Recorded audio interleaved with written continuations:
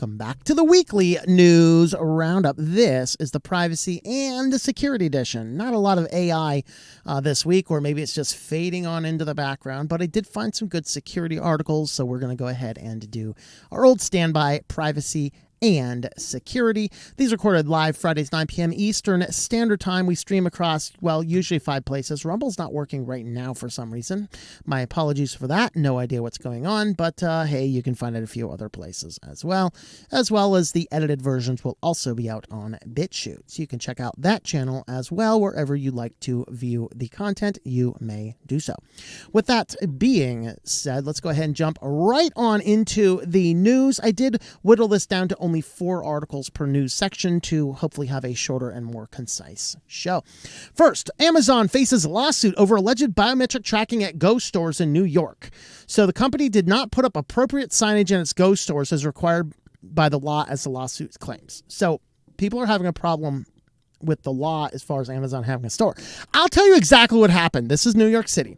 A bunch of guys ran into the Amazon store. They looted the place like they loot everything else. And then Amazon simply charged their cards. And then they looked back and said, I got charged for all this stuff, Amazon. And then Amazon's like, yeah, we knew who you were when you came to the store. Well, we just came in there to loot. We didn't want to pay for stuff. And they're just like, sorry. I mean, we got that. And so now they're suing Amazon for capturing their ID. I'm making it up. But that does sound like a very plausible thing, considering the amount of looting going on in every major city. This is New York City, and we, of course, know New York City is engaging in the Banana Republic kangaroo trial of Orange Man Bad right now, instead of actually prosecuting actual criminals who are actually shooting people on the streets. So I can make up a great story and it'll be fascinating. All right, so what's really going on is, like many other places, if you're going to be doing facial recognition, things like that, it has to be indicated in the signage. You have to make people aware that coming in, you're going to. Obviously, the entire premise of an Amazon Go store is biometric tracking. I don't know why this was a surprise to anybody, because that's how it works. You go in, you biometrically scan you with your palm print, you walk out with the things you want, and your account is automatically charged. Duh. That's how it's supposed to work.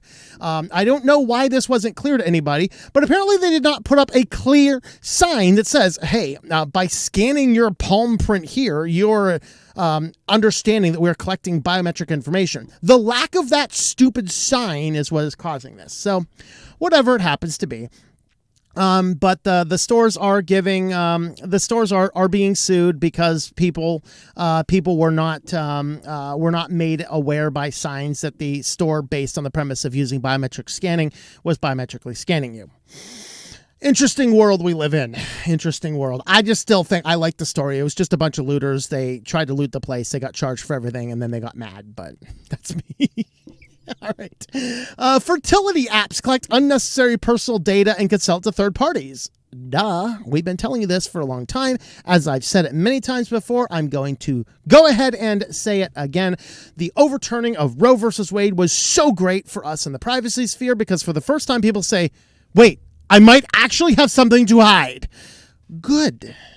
Whatever it takes to get you to realize you might actually have something to hide, I'm okay with, okay? Just to let you know, But this was in Australia. Apps in Australia gathering information about finances and housing, which could be sold to advertisers.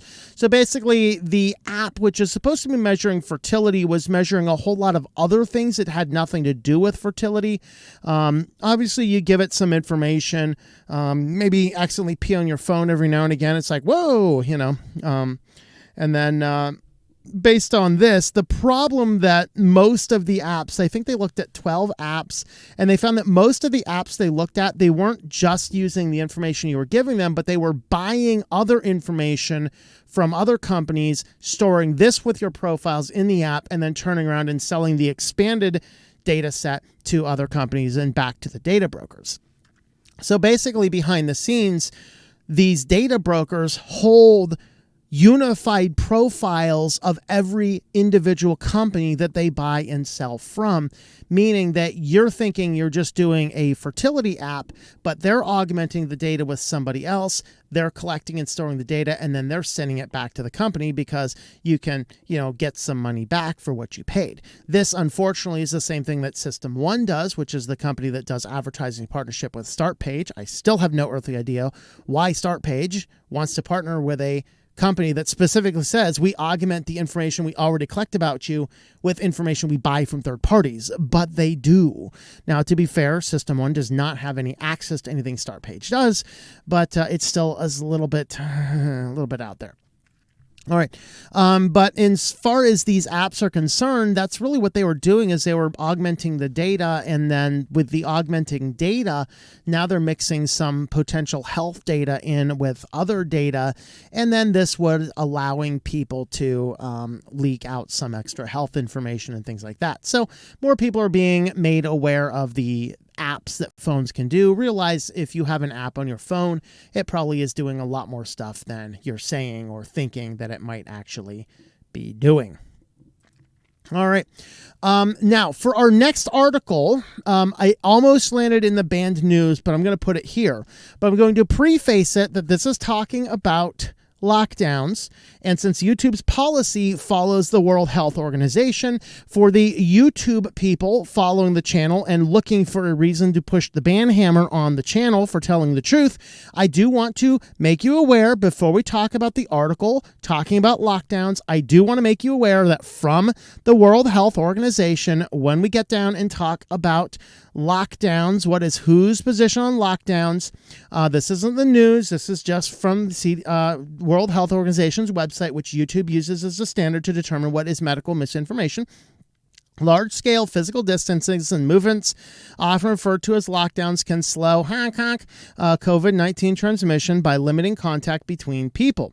However, this is the important part, however, these measures can have a profound and negative impact on individuals, communities, and societies by bringing social and economic life to a near stop. Such measures disproportionately affect disadvantaged groups, including people in poverty, migrants, internationally displaced people, and refugees who most often live in overcrowded and undersourced settings and depend on daily labor for sustenance. Okay, so basically they recognize that sure, this might have a role, but lockdowns are probably a bad thing. On to the news. From Not the Bee, the CDC bought access to Americans' phone location data to monitor compliance with lockdowns, social distancing, and more, contracts show. So, of course, the CDC, being a government agency, generally would be restricted from this information, but hey, we didn't collect it, we just bought it. Isn't that awesome? And of course, what they wanted to do with it is they wanted to determine if people were actually locking down when the CDC, when Lord Fauci, Mr. Science himself, I mean, he is the man who bestowed my PhD upon me because he is the science. When that happened, they wanted to make sure people were actually doing it. So the CDC paid $420,000 of our tax dollars to one company and $208,000 of our tax dollars to another company, gaining access to location data from a minimum of 55 million cell phone users. All right. And so what did they want to do? There's some information about the contracts. They wanted to know who was staying at home. We're looking to see if you're at home. That kind of means they know where your home is. That's really what the lockdowns were. Let's get the baseline idea of where people's houses are. Were you social distancing? Oh, we see those two cell phones getting in there. I don't know how the cell phone location data determine mask mandates. Social inequities. Good question. What the hell is that? I don't know. Mandatory business closures. Uh-oh. We've detected a Google person inside that business that's supposed to be closed. Get him! Mandatory school closures, vaccine campaigns. They also admittedly bought data to monitor citizens for non-koofy reasons, including traveling to parks, physical activity, the one thing that actually helps you, modes of travel, and population migration. So there you have it. I have no idea. I've stared at this for a while trying to figure out why Kermit is drawing a K at the bottom of this article, but I don't know. But that all being said, just be aware, guys, that the CDC is still buying our data. And onto our feature article for today. Is your child's data stolen? Kids Tech Camp ID. This is such a weird headline. Kids Tech Camp ID Tech. Still silent weeks after the data break. So this is a company called ID Tech. They are a online and in-person basically camp, digital coding camp for kids. The idea is that you would either do it online or in a school assisted by a teacher. You'd go in there to ID Tech and you would get some ability to code. Apparently high on the list of their coding is not cybersecurity. They had a data breach. Hackers claimed to steal close to 1 million user records, including names, dates of birth. Why does this company need the date of birth of somebody? Right? Passwords stored in plain text. Whoops. Somebody forgot to use the hashtag on the password at the coding camp.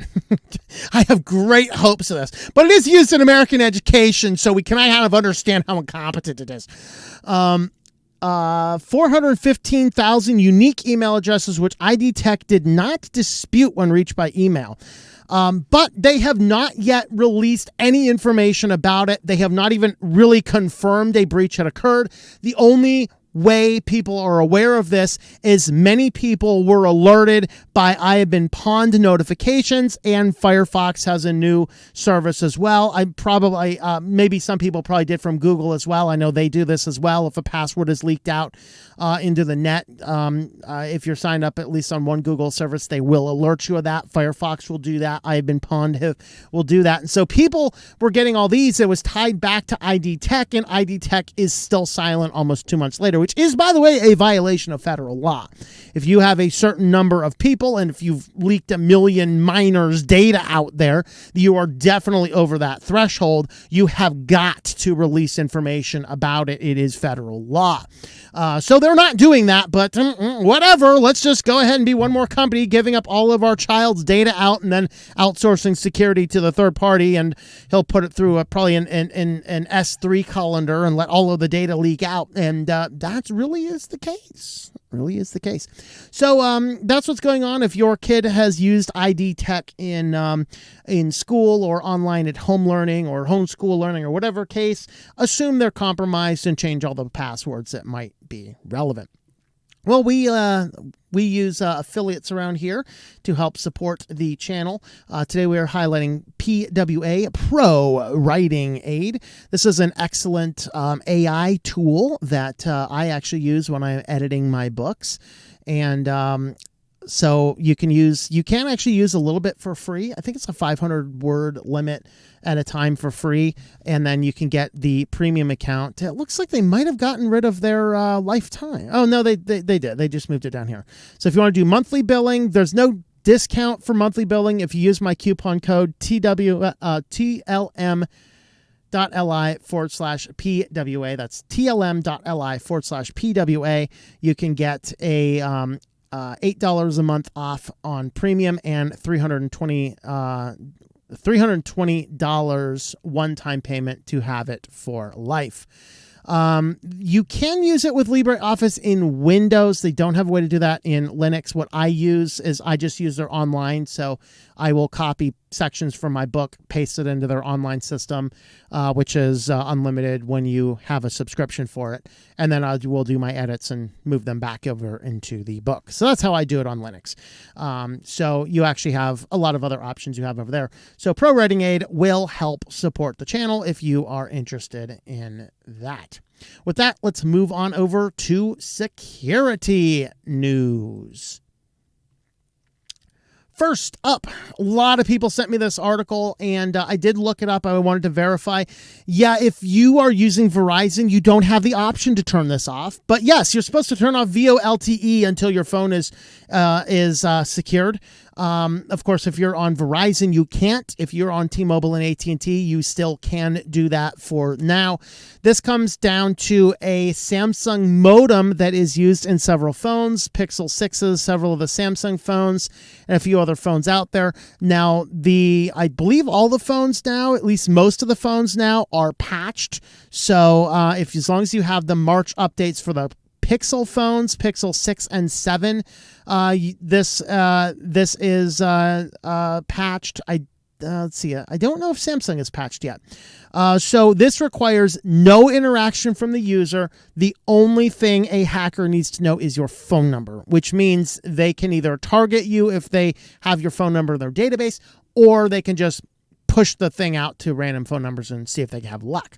But if you are using one of these phones, so Samsung Galaxy phones, S22, M33, M13, it's not a gang. M12, A71, A53, A33, A21S, A13, A12, A04 series, Vivo phones, S16, X15, S6, X70, X60, X30 series, Google Pixel 6 and 6 Pro, Pixel 6a, Pixel 7, Pixel 7 Pro, and any vehicles. Yay! By the way, tomorrow, in fact, Fresh Vintage, if you're watching, please send me the link to your video because I don't have it yet, I don't think. We are doing a crossover with Fresh Vintage. Me and two car geeks are going to sit down and talk about technology, privacy, security, and cars. We recorded two videos. One is dropping on my channel. We're putting it out at 10 a.m. and the other is going on Fresh Vintage channel at 10 a.m. We're going to have links to those inside of the video. So with that, any vehicles that use Exonius Audio T51323, those are all vulnerable to a execution bug that someone can basically steal access to your information. I don't know how they get access to your phone number of your car. Excuse me, car, can you come get, what is this, the bat phone? All right. And next, since it is tax season, be aware of the fake IRS scams coming up. IRS is never going to email you. If anybody emails you from the IRS, immediately delete it. It is scam. But beware, fake IRS tax email delivers emote malware. Tax season is upon us. As with every year, we're seeing in... Wow, can't do that voice right now. We are seeing tax scammers rearing their heads. Below, we have an example of a tax scam currently in circulation, along with some suggestions for avoiding these kinds of attacks. All right. That being said, here are what they are. Of course, it starts in the email that definitely did not come from the IRS because the IRS never emails you. They are going to send you a letter in the postal mail. All right. They're not going to call you on the phone either unless you've explicitly asked for a callback somewhere, in which case you'll be knowing about it. Let me know if you'd like to hard mail it. But anyway, just open up this W-9form.zip. I got news for you guys. The IRS does not process W-9 forms. A W-9 form you give to the person paying you money. So that does not go to the IRS. That goes to the person. The only thing you need to send the IRS is your copy of a 1099. If you are issuing a 1099 to a subcontractor, you have to send the IRS a copy and send the tax person a copy. That is the only thing. And trust me, they are not going to be begging you for it. It is your responsibility to simply get it done. All right. So once again, they're not going to email you on that one either. All right. So let me know if you like the hard copy. Respectfully. Look at that. I can spell better than this. Just pay no attention to that spelling error on the banner of yesterday's video. All right. I'm a scammer. You didn't know it. Barbara Lacosta, Inspector, Department of Treasury. All right. So there you have it. Of course, IRS is like, I don't know what this is. And so here's your tips. File early. Be careful around suspicious refunds. Beware of fake bank portals and avoid the pressure pitch. They're not going to call you up. They're not going to ask you to pay them in iTunes gift cards. They're not going to ask you to go to a Bitcoin machine. Okay. They're going to send you a letter. If you're late, they're going to send you a letter in 15 years. if they ever get around to it.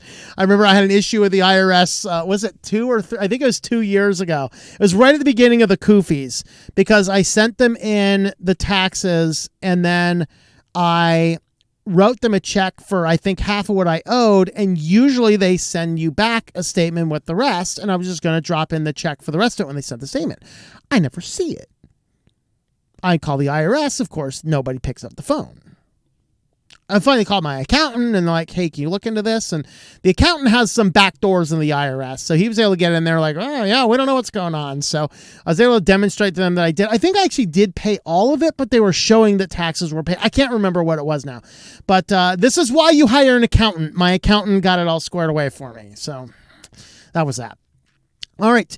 Now, the latest Android banking. FYI, guys, don't do banking on your phone. Don't do banking on your phone. Get a separate dedicated computer for your banking. And if you only have one computer, get a thumb drive and install a Linux operating system on the encrypted thumb drive and use that for your banking.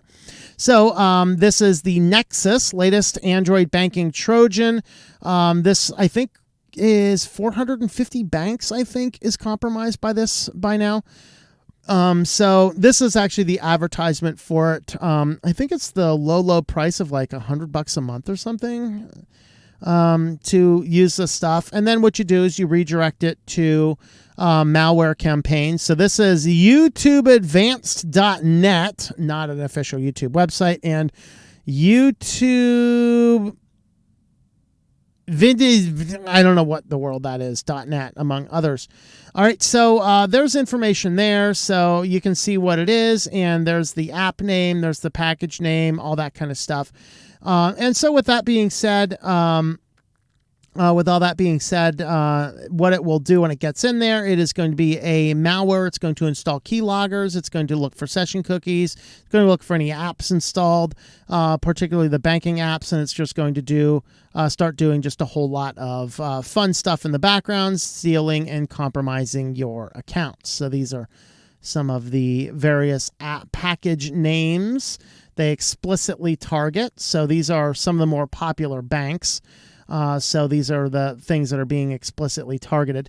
And so there's a lot of details on here, of course, but just beware this comes from redirecting phishing campaigns. Anything is going to send you to a different link. So check those links in your email, guys. And don't open the attachments. Linus Tech Tips, learn that one. That's what caused his to go down. And on to our final article for this one. A massive adversary in the middle phishing campaign bypassing MFA and mimics Microsoft Office. All right, Microsoft has already seen millions of phishing emails sent every day by attackers using the phishing kit. So what the adversary in the middle is going to do is it's kind of like the man in the middle, which the man in the middle is just intercepting track data between parties. The adversary in the middle jumps itself in the middle and sets up fake login pages to fish out the information. In this case, it is mimicking Microsoft Office. So somebody sends out the information and it comes from a website, a PDF, some other means by which they get you on the website. And if you notice the URL bars at the top, then you can actually resolve it. They will hide them behind a CAPTCHA form. And the reason is, if there's a CAPTCHA form there, a lot of your malware scanners do not see it, because the malware is hidden behind the CAPTCHA and it sees the CAPTCHA and says, oh, this is waiting for human input. Even though these things are perfectly capable of solving them, they have not done that. Once you go through the CAPTCHA, you're in here. It says system 0365 dot and whatever that random junk is, but it looks exactly like the Microsoft sign-in page. You enter your username, hit next, and conveniently it works every time they ask you for the password, and now they have the information. Of course, they can also get in there and they can compromise the 2FA codes by doing an interception at the same time, so they can actually conquer the session tokens right at the same time as you are filling everything out.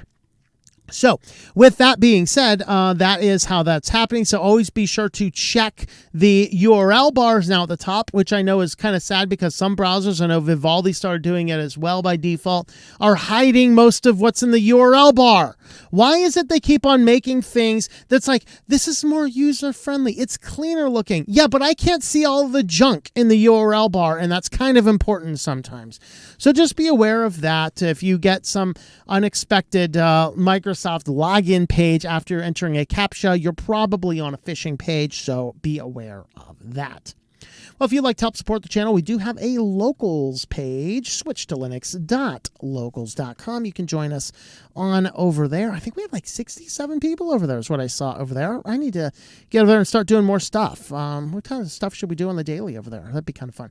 But switchedtolinux.locals.com, you can use that to help support the channel. That is also a good place to do a one-time support. If you want to do a one-time support, and actually we'll give you access to everything we do over there for the month.